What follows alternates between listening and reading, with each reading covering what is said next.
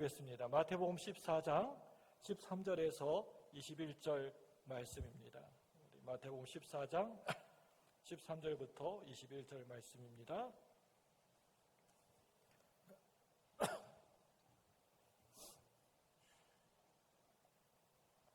한 절씩 기도하겠습니다. 13절 먼저 읽습니다.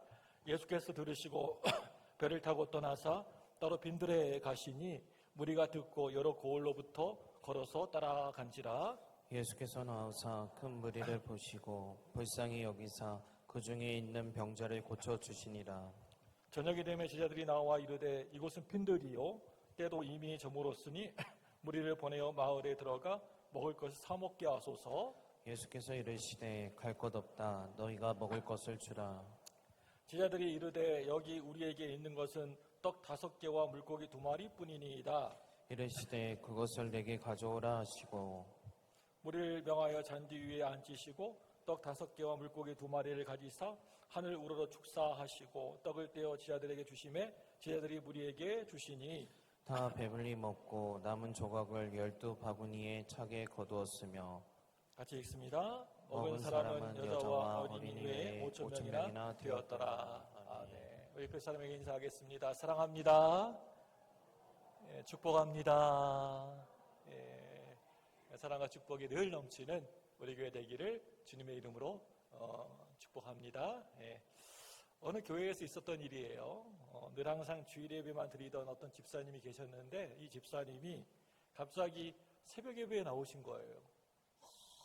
새벽 예배에 한 번도 그동안 나오지 않으셨는데 새벽 예배에 나오시더니 주여 주여 하면서 기도하기 시작하더니 얼마 지나서는 금요치라 기도회까지 나와가지고 기도를 열심히 하는 겁니다. 그래서 그 집사님이 무슨 일이 생겼나 싶어서 목사는 갑자기 그냥 뭐 이렇게 늘 이렇게 하던 거 안 하고 뭐 이렇게 하면 속으로 걱정이 돼요.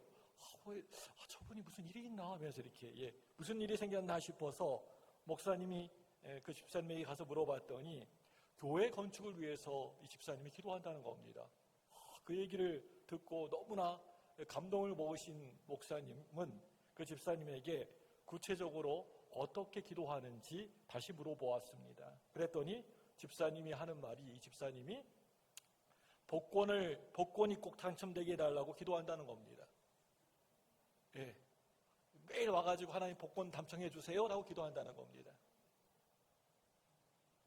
그 얘기를 듣고 목사님이 그냥 뭐라고 이렇게 말해야 될지를 못해가지고 그냥 빙긋이 웃기만 했습니다.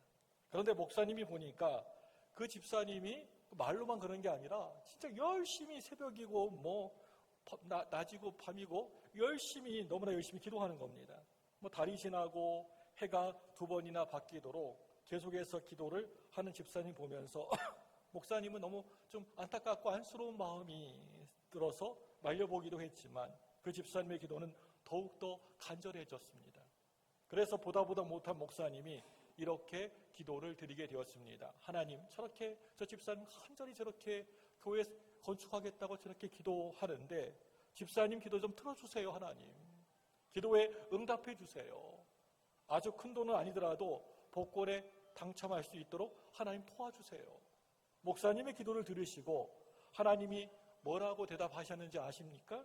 그래, 나도 저 집사의 기도를 다 듣고 있다. 그리고 정말 그 복권에 당첨시켜주고 싶어. 그런데 저 집사가 복권도 안 사고 저렇게 기도하니 내가 어떻게 당첨시켜줄 수 있겠니?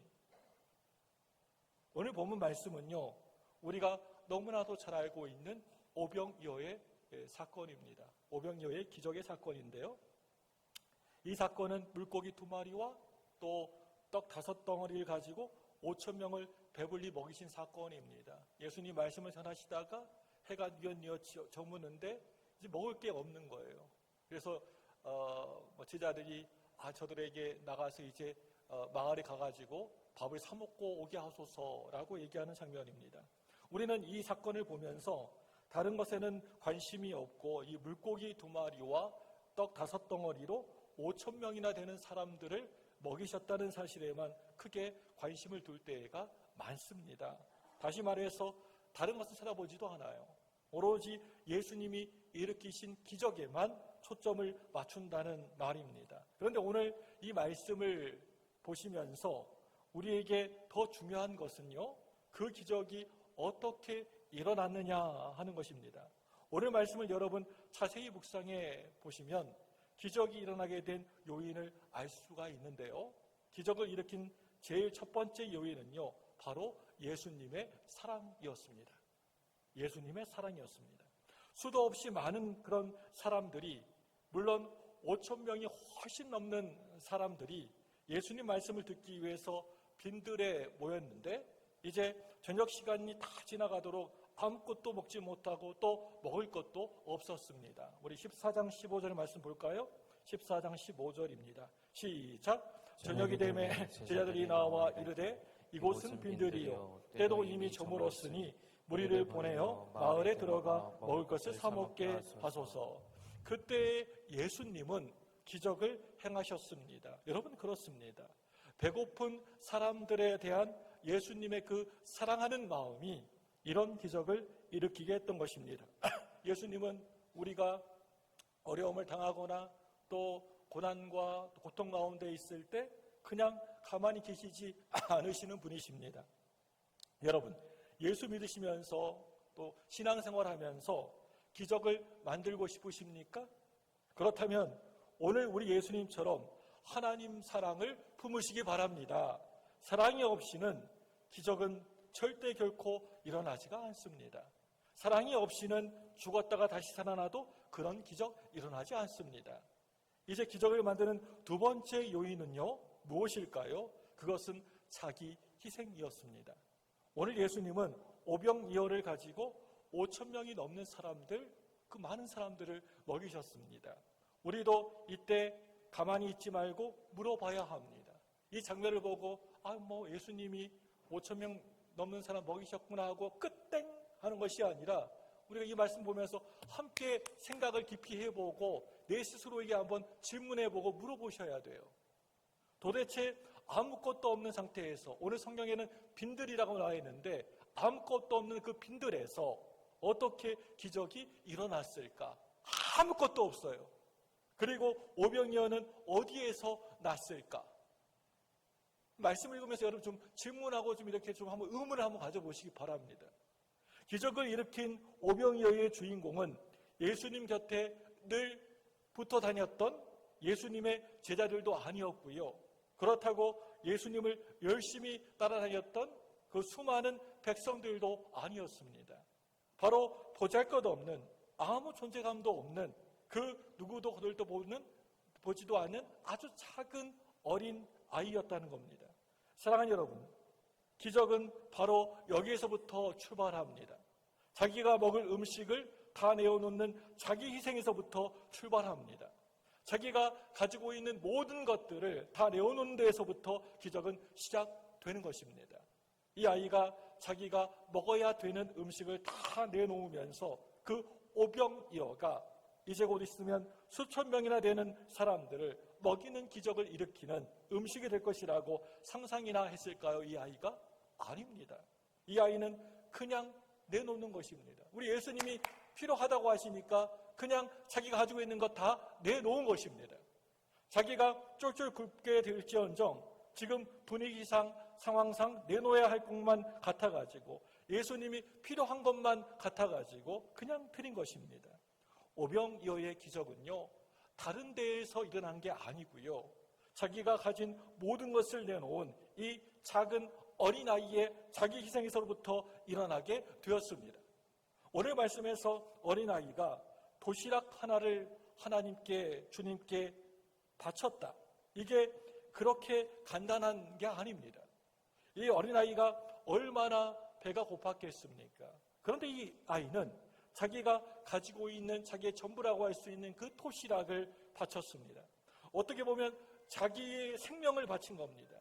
이 아이가 가지고 있는 모든 재산이라고 할 수도 있습니다.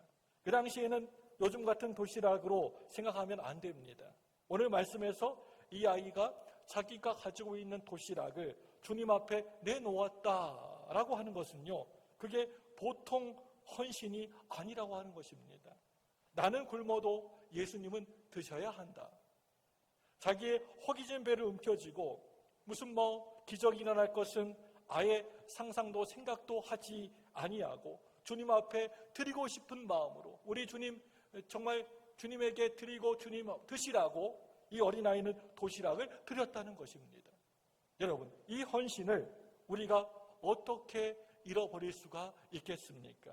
이 어린아이의 도시락을 바쳤던 정성을 빼놓고 어떻게 오늘 이 기적을 뭐라고 얘기할 수가 있겠습니까?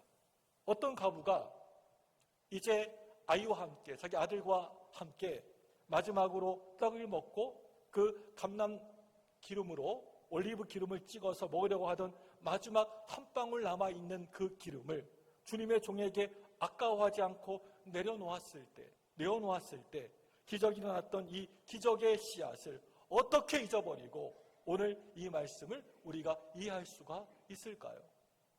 오병이어의 떡을 먹은 백성들이 그 다음 날에도 이 기적의 떡이 생각나서 다시 예수님께로 또 엄청 몰려들었습니다. 이때 예수님이 그 사람들에게 뭐라고 하십니까?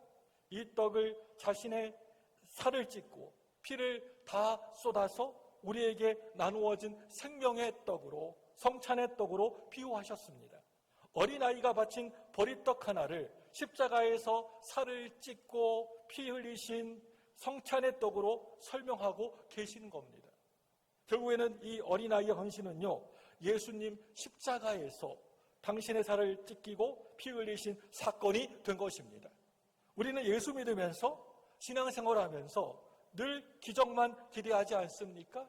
좀 나에게 좀 좋은 일이 생겼으면 좋겠다. 내가 고통당하지 않고 내가 힘들지 않고 모든 일들이 잘 형통하게 되었으면 좋겠다 하고 기적을 바라며 우리가 예수 믿고 살아갑니다. 내 생에도 오병이어의 기적이 일어날 것이라고 기도합니다. 야, 정말 떡 5덩어리와 물고기 2마리로 엄청난 기적이 일어났으면 좋겠다, 행복할 것 같다라고 생각합니다. 그런데 어린아이의 헌신, 오늘 말씀에 나오는 이 작은 어린아이의 이 헌신, 예수님 앞에 자기의 전부를 모든 것을 몽땅 쏟아놓은 그 믿음, 씨앗은 별로 생각하지 않습니다. 그 앞에 이런 것이 있던 것 별로 생각하지 않습니다. 헌신과 이런 믿음, 이런 거 다 무시해버립니다. 그건요, 미신입니다. 기복주의 신앙입니다. 그것은 신앙이 아닙니다. 여러분, 이렇게 여러분 고백해 보시기 바랍니다. 보리떡, 물고기 같은 정말 하찮은 보잘것없는 우리를 통해서 주님은 기적을 행하셨다. 보리떡 같은 나를 통해서라도 내 아이들에게 물려준 유산도 없는데 물고기 같은 우리 가정을 통해서라도 5,000배, 10,000배의 기적이 일어난다. 하나님 앞에 내 아이들을 온전히 맡겨드리면, 나는 정말 아무것도 없고 물려줄 것도 줄 것도 아무것도 없지만은 이 하나님 앞에 내 아이들을 온전히 맡겨드리면, 말씀이 우리 가정을 사로잡아 버리면 우리 가운데 이적은 기사는 일어난다. 우리 하나님은 오늘도 살아계시고 풍성하신 하나님이시다. 우리를 통해서 배고픈 이 시대를 먹여 살리시길 원하신다. 이런 고백이 저와 여러분들에게 있기를 축복합니다. 사랑하는 여러분들, 살아가면서 내 인생이, 내 삶이 너무나 힘들고 지치고 공고하고 허기져가지고 배고플 때마다 오늘 이 말씀 여러분 절대 잊지 마시고요, 꼭 기억하시기를 바랍니다. 어머니의 지혜와 신앙이, 어린아이의 헌신과 신앙이 어마어마한 놀라운 오병이어의 기적을 만들었던 것처럼 우리의 작은 그 헌신, 믿음, 기도와 신앙이 오늘 배고픈 이 시대에 양식을 만들어가는 기적을 행하는 역사가 일어나시기를 주님의 이름으로 간절히 축복합니다. 기도하겠습니다.